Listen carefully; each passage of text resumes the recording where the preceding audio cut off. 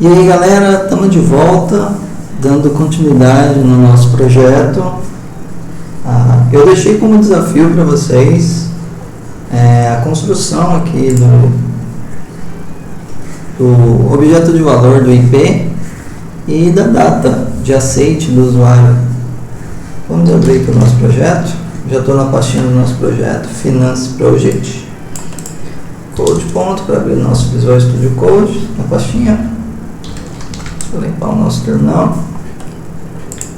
E aqui no nosso domínio, usuário, deixa eu dar um zoom aqui, um pouquinho melhor. E aqui no nosso readme, né, que a gente tinha definido lá no nosso último vídeo. Eu deixei como desafio para vocês, deixa eu dar um start aqui. E aí eu deixei como desafio para vocês criar o objeto de valor do IP e o objeto de valor aqui da data aceita. E aí eu vou mostrar agora como que eu resolvi, como que eu fiz, né, esses dois objetos de valor. Então aqui na nossa pastinha Value Objects, eu criei aqui uma pastinha IP, e aí que eu criei o nosso arquivinho de teste e criei aqui o nosso objeto de valor IP. Então, abrindo ele aqui, seguiu o mesmo padrão lá. E aí aqui temos a classe IP Value Object, que estende ao nosso Value Object, que está lá do nosso Shared. E aí aqui ele tem as props, que as props é o value, que é um string. E aí é isso que temos, estendendo aqui as super props para estender, para passar os valores lá para nossa classe abstrata. E aí que eu botei um get value, que vai retornar o props.value, que é justamente o valor que foi passado aqui. E aí que temos o nosso método estático create, que recebe um IP, que é um string. E aí aqui o que eu fiz para validar esse IP se é um IP válido, né? Eu usei aqui um regex, ó. E aí o que esse regex faz, né? Ele valida se a gente tem um IP válido. Então deixa eu até abrir aqui, ó. Regex, vocês podem botar regex aí no Google para vocês. Vai ser o primeiro aqui que vai aparecer, ó. Regex r.com. Eu vou abrir esse aqui. E aí aqui, ó, tem uns testinhos aqui para... Eu não vou entrar no mérito aqui como que a gente cria esse regex, mas aí o que vem ao caso aqui para vocês é que vocês podem usar vários regex já prontos aqui, que a comunidade disponibiliza isso. E aí vocês podem pesquisar por IP, né? Então, e aí que tem IP address, tal. Então vamos pegar esse aqui, IP address, e vamos clicar em load. E aí aqui ele carrega pra gente, ó. Então aí aqui ele já dá alguns modelos, alguns exemplos. E aí aqui a gente consegue tá testando. Então, por exemplo, aqui é um IP válido, aqui também e aqui também. Então, tanto é que se eu aqui, por exemplo, nesse IP aqui, se eu tentar com 6, ele já fala que é um IP válido, né? Então é apenas isso que eu fiz, né? Usei um regex lá para estar validando o nosso IP. E aí aqui a gente passa, eu criei a função validate regex, que é simplesmente um regex aqui, e aí que eu dou um teste passando o IP que eu recebi nesse método construtor. E aí que ele retorna true, retorna um booleano, true ou false. E é esse booleano aqui, se ele for verdadeiro, se for válido, eu inverto aqui o sinal, né, para dar true, se for para ser inválido. E aí que eu retorno, né, uma falha com uma mensagem invalid IP. E aí, caso contrário, eu retorno aqui uma instância da nossa classe com o nosso IP válido. Então foi basicamente isso que eu fiz. E os testes aqui, o que eu validei nos testes, né? Eu verifiquei aqui, se eu passasse um IP válido, ele deveria retornar sucesso e deveria retornar aqui no nosso getResult.value e deveria retornar o nosso IP. E aí aqui só um caso de falha, né, que eu coloquei com texto mesmo, um value de IP. E aí que ele deveria retornar erro e retornar aqui pra gente aqui a mensagem valid IP. Aí do IP foi isso. Como que eu resolvi aqui a data de aceite, né? Então aqui a mesma coisa, a estrutura de objeto de valor é a mesma, então não muda praticamente nada, né? Mas aqui eu já recebo um date, né, no value aqui, ó. Então eu já coloquei para receber um date. E aí aqui chamei ele de accepted at value object, que é a data de aceite, né? Que estende ao nosso valor de objeto, recebendo aqui as nossas props, que é a data, que dá no super também. E aí aqui a curiosidade, né, que eu retorno um string. Então aqui eu usei a bibliotecazinha do format, que é o date fns, que é justamente para eu sempre retornar no padrão, que é o padrão que o nosso domínio vai usar, né? Sempre vai ser de ano, mês, dia, hora, minuto, segundo. Então, independente de onde a gente vai usar essa data, ela sempre será retornada nesse formato, né? Então, para garantir a integridade. E é isso aqui eu defini no nosso domínio. Eu poderia usar um mapper aqui também para futuramente, mas por enquanto eu deixei ela definida como string aqui, e futuramente, se a gente vê necessidade, a gente faz alguma alteração. E aí aqui tem o meu método estático create, que recebe uma data, ele verifica se essa data é válida aqui, então, usando aqui o método de validação do date.fns, e aí ele valida para a gente. Se não for uma data válida, ele retorna falha aqui. E aí que se for uma data válida, ele retorna sucesso, né? Isso aqui nem teria tanta necessidade assim, de fazer um objeto de valor validando isso aqui. Eu fiz mais porque eu queria padronizar uma data, né? E aí faz todo sentido. Quando a gente quer padronizar alguma coisa, a gente usa criar um objeto de valor para isso. E aí que meu teste, como que eu fiz? Eu passei aqui uma data no formato, passei uma instância, né, uma data, e ele deveria retornar com sucesso no formatinho lá que eu defini. Então, deu sucesso e retornou no formato que eu pedi. Agora aqui, em caso de uma data inválida, né, você pode passar qualquer coisa aqui definido como N, e aí ele tem que retornar aqui uma data inválida, né, tem que retornar erro e a mensagem de data inválida. Então, foi basicamente esses dois casos aí que eu encontrei para implementar. E aí aqui não tem uma maneira certa de fazer essa validação aqui, porque aí depende muito de como você vai usar no domínio, a regra do seu negócio e tudo mais. Aqui foi a melhor maneira que eu encontrei, mas se vocês fizeram diferente, deixe no comentário do vídeo, para eu dar uma olhada e ver como vocês fizeram também. Beleza? Então isso aqui está pronto, a nossa data de aceite, o nosso IP. Espero que vocês tenham conseguido fazer aí. E agora vamos implementar uma outra coisa aqui. E eu percebi, né, que a gente vai precisar implementar aqui também nos nossos termos de aceite.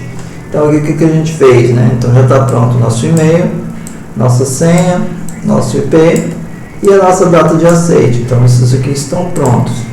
E aí aqui, ó, eu vi a necessidade da gente ter aqui lá no nosso usuário, ele vai ter vários caixas, né? Então a gente vai precisar salvar esses caixas desse usuário.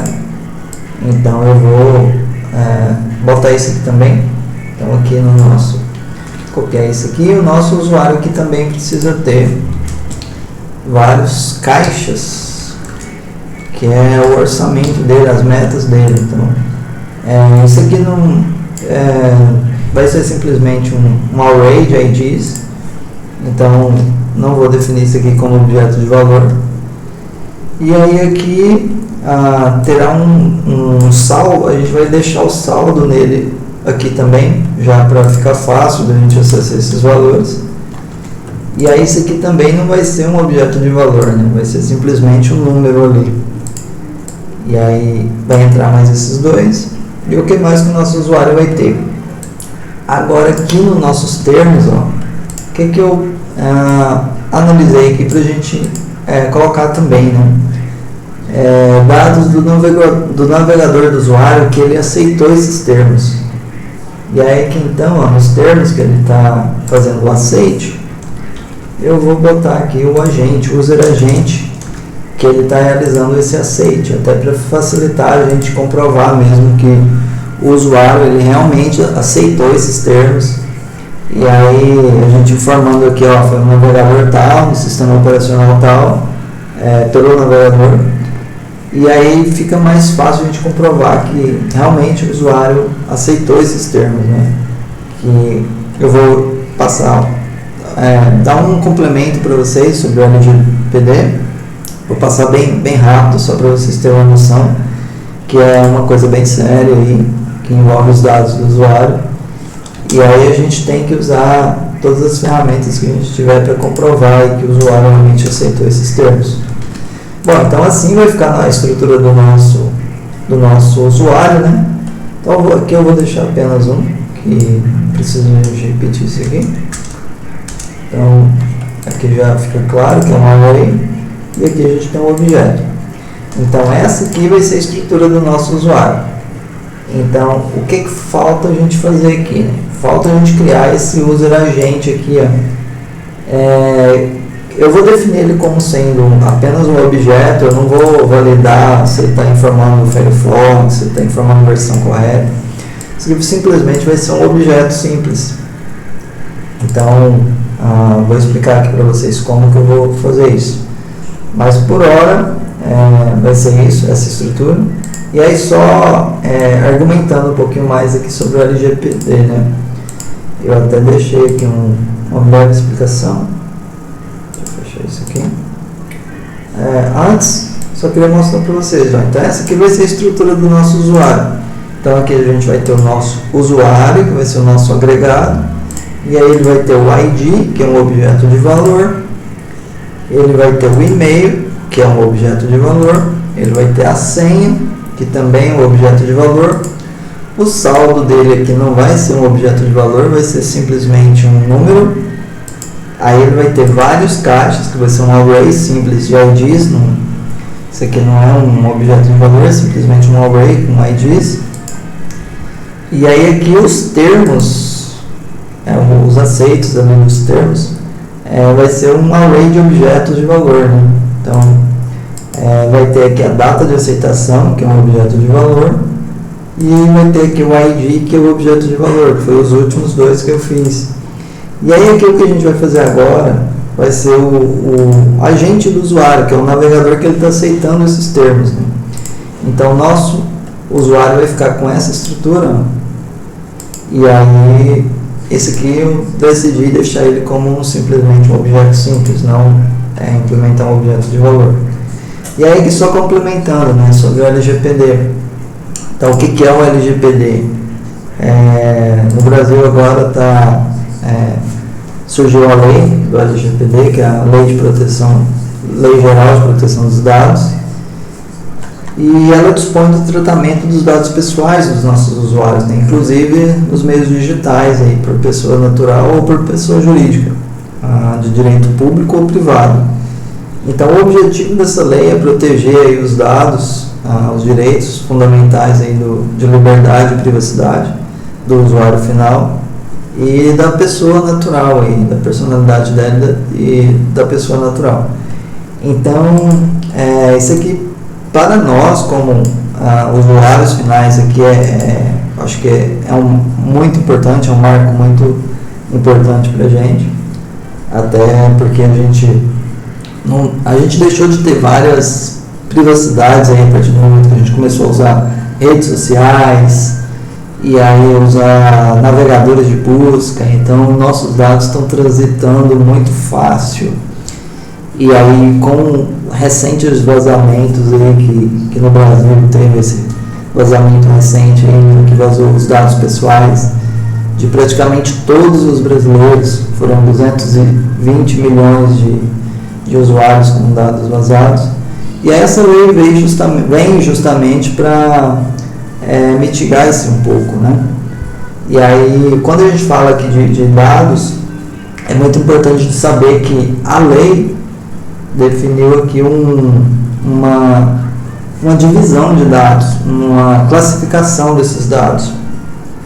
E aí, como que ficou classificado? A gente tem aqui, ó, essa bola maior, os dados comuns, que é aqueles dados que a nossa aplicação usa, né? Que é a data que o usuário acessou, o registro que ele está salvando ali no banco de dados.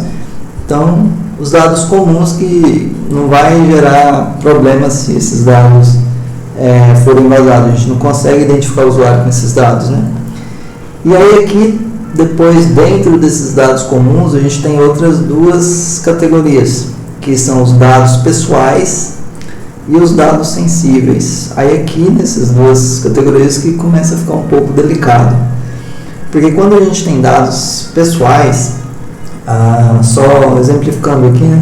Os dados pessoais são e-mail, IP, placa, nome, CPF, tudo que a gente consegue identificar um usuário através desses dados. Então, tudo que permite identificar são classificados aqui como dados pessoais. E aí temos essa categoria. E por último aqui temos as categorias, a categoria aqui dos dados sensíveis. O que é dados sensíveis? É tudo aquilo que o usuário não consegue mudar, que é o que, tipo, ele tem esse atributo e vai morrer com esse atributo. Como, por exemplo, aqui a digital, ele não consegue alterar essa digital dele. Então, ele nasceu com essa digital, vai morrer com essa digital. E aí, a íris do olho, né? Então, ele nasceu com essa íris e vai morrer com essa íris. Então, são dados sensíveis, são dados que ele não muda isso. Então, esses dados aí do usuário e ponto final, não tem como ele mudar. Nome aqui, por exemplo, nome ele pode mudar de nome. CPF, ele pode criar um outro CPF e mudar esse número de CPF. E-mail, ele cria outro. Já que os dados sensíveis aqui ele não muda. É esse e ponto final, né? A outra coisa aqui são dados sobre saúde, sobre gênero, sobre religião. Então, tudo isso aqui são dados sensíveis. Então, a categoria mais que deve mais ser protegida aqui, lógico que todas são muito importantes, mas a mais sensível aqui é a que o próprio nome diz, né? São os dados sensíveis aqui, que a gente tem que ter muito cuidado. E aí até lá na lei fala, né, que esses dados aqui pode gerar, pode deixar o nosso usuário numa saia justa, né, assim dizer. Por exemplo, ele pode sofrer bullying com essas informações aqui, ele pode ser muito prejudicado dependendo do tipo de informação, né? Seja principalmente relacionado a raça, sexo e gênero aqui. Então isso aqui pode gerar muita confusão. E aí proteger ao máximo, né, todos os dados, mas principalmente essas duas esferas aqui, que são os dados pessoais e os dados sensíveis. E aí com a lei agora, a gente tem tudo que a gente for implementar, a gente tem 10 bases legais aqui para estar observando. Então, sempre quando a gente for desenvolver alguma coisa, você sempre tem que ter noção aqui que existem essas 10 bases legais. E essas bases legais você tem que escolher uma para embasar a sua aplicação. O que a gente vai fazer? Eu não vou falar sobre elas, eu vou falar só o que a gente vai usar aqui, que vai ser a base legal do consentimento. E o que é essa base legal do consentimento, né? É onde, quando o usuário deseja usar um serviço, no caso nossa aplicação aqui, como ele vai usar, eu vou pedir o consentimento dele para usar os dados dele. Então ele vai ler os termos e vai aceitar me passar os dados dele para usar um serviço meu. Então ele está aceitando que eu manipule os dados dele para uso da aplicação. E aí eu tenho que deixar isso bem claro para ele. olha, eu vou usar os seus dados, no caso aqui o seu e-mail, para identificar o seu cadastro, identificar quais lançamentos você está fazendo e quais dados pertencem a você. E também realizar a autenticação do seu acesso. Então, através do seu e-mail, eu consigo autenticar e definir que é você mesmo que está acessando os seus dados, não outra pessoa.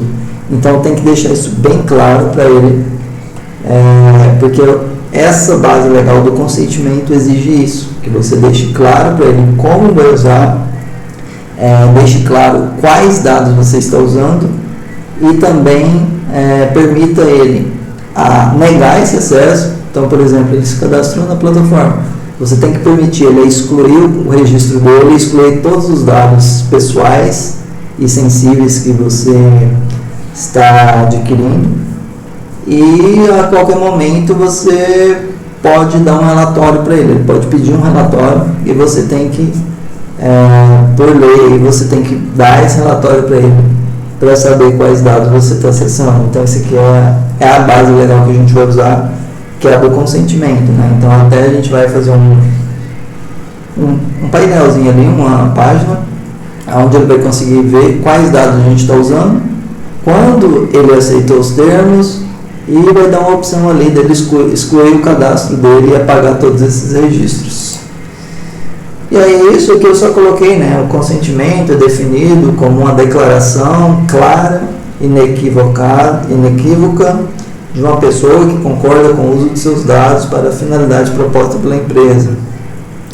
E aí que ele dá até um exemplo, né? Imagina um cliente que informou seus dados para a empresa X e no formulário declarou que tem interesse de receber e-mails promocionais da empresa. Ele consentiu com fornecer as informações e também ser comunicado sobre materiais de venda. Então, esse aqui é um exemplo de consentimento, né? Ele está se cadastrando na plataforma e aceitando receber e-mails promocionais, e aí está aceitando a empresa usar esse e-mail dele para envio de propostas comerciais e materiais de venda. E é isso. E aí, quais são os direitos do usuário final, né? Então, baseado lá no artigo 17 da LGPD, isso aqui eu até aconselho vocês a lerem depois. Eu vou deixar na descrição desse vídeo aqui um PDF, vou deixar até dentro aqui da aplicação, nessa pastinha README aqui, ó. Então, eu vou até botar ela aqui agora, que aí aconselho vocês a lerem esse material. Então, deixa eu até encontrar aqui, que é esse aqui, ó, Guia de Termos de Uso, que é como elaborar o termo de uso e a política de privacidade. Eu não vou entrar muito em detalhe, mas fala tudo, ó. Fala aqui versão elaborada, o sumário, ó. Então tem definições, arcabouço legal, foro, responsabilidade e tal, controlador, operador. Então esse aqui é um material muito bom, fala sobre a aceitação dos termos de política, definição, arcabouço, foro, transferência e tal. Então, é muito bom aqui tá falando, dado pessoal, informação relacionada à pessoa natural, dados sensíveis, dado anonimizado. Aqui ele fala até mais profundamente do que eu falei para vocês ali, né? Então aqui tem o consentimento, a manifestação livre e tal. Então esse material que deixa muito claro todo que é a lei do LGPD e tudo que vocês precisam fazer aí para cumprir de acordo com a lei. Aqui a gente só vai falar do consentimento, então vocês vão aprender a deixar a aplicação de vocês adequada de acordo com a base legal de consentimento, né? Mas aí depois vale a pena vocês lerem esse material, porque uma outra aplicação que vocês podem desenvolver, vocês podem estar usando outra base legal, né? E aí é muito importante, eu vou deixar esse material, esse guia aqui, lá no README da aplicação. Então, estou botando aqui. Então está aqui dentro dessa pastinha README. Lá no GitHub ele vai estar aqui. Aí vocês dão uma lida depois. beleza? E só finalizando aqui no nosso termos, né? Só queria passar isso aqui, que é quais são os direitos do usuário, né? Bem rapidinho. Ó, então, primeira coisa, tem que ter a confirmação da existência do tratamento de dados. Daí tem que saber lá, tem que ficar bem claro lá nos termos de uso que você está usando os dados dele. Então, seja para validar um login ou seja para enviar e-mails. Então, tem que ficar bem claro isso. A outra coisa, acesso aos dados mantidos pelo controlador. Você tem que manter esses dados. Então, no caso, o controlador é você, na sua aplicação, né? Você está usando os dados do usuário. Terceiro, a correção de dados incompletos, inexatos ou desatualizados.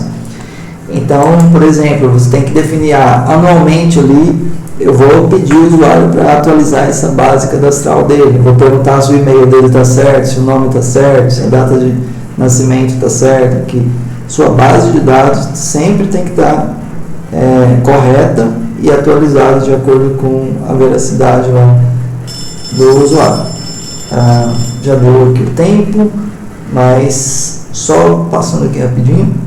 Anonimização, bloqueio ou eliminação dos dados desnecessários.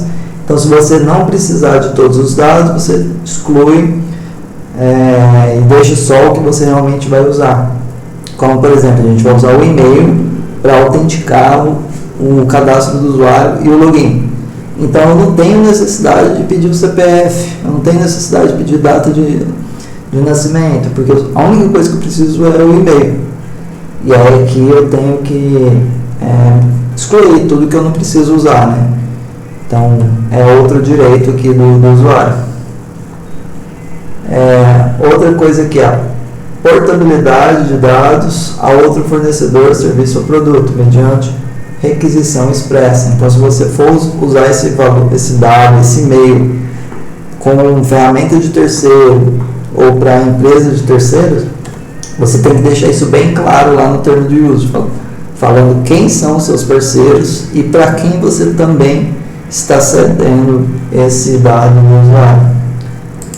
E aí aqui eliminação dos dados pessoais tratados quando é revogado o consentimento dado pelo titular. Então, quando ele pedir para excluir os dados, você tem que excluir. E também, deixa eu ver aqui se vai falar. Aqui não fala, mas, por exemplo, aqui também entra a validade desse consentimento. Você tem que definir. Você está aceitando esse termo de uso por 1 ano. Então, tem que ter uma validade. Então, assim como o cadastro dele tem que ter uma validade ali, né? Esse cadastro vale para 1 ano. Aí você até pode juntar isso com atualização de dados. Se ele não atualizar, automaticamente você exclui o registro, o cadastro dele, né? Então, é um requisito também da base legal. Tem que ter uma validade esses dados. E aí aqui, eliminação de dados pessoais tratados quando o advogado, então já foi. Informação com quem o controle já foi. Informação sobre a possibilidade de não fornecer consentimento sobre as consequências negativas. Então, você tem que dar a possibilidade lá dele não aceitar esse consentimento. Então, ele tem que ter a opção de, tipo, eu não aceito. No nosso caso, como é um dado, o e-mail que a gente vai usar é um dado essencial, infelizmente não tem como eu falar, tipo, se você quiser, você informa seu e-mail, senão, você não informa. Como é um dado que a gente vai usar para autenticação, se ele não informar, não tem como ele se cadastrar. E a gente tem que deixar isso claro lá no termo de uso. E aí aqui a revogação do consentimento, né? Então, se ele aceitou os termos, e aí ele tem que ter a opção lá, desaceitar, nem sei se essa palavra existe, mas ele revoga esse aceite, e aí automaticamente ele é excluído da plataforma, né? E aí basicamente isso, só queria passar isso aqui, deixar bem claro para vocês sobre o LGPD e sobre o que eu implementei aqui, o desafio lá que eu deixei para vocês, né, na aula passada. E aí no próximo vídeo aqui a gente já vai fazer aqui o User Agent aqui, beleza? Então vejo vocês aí no próximo vídeo.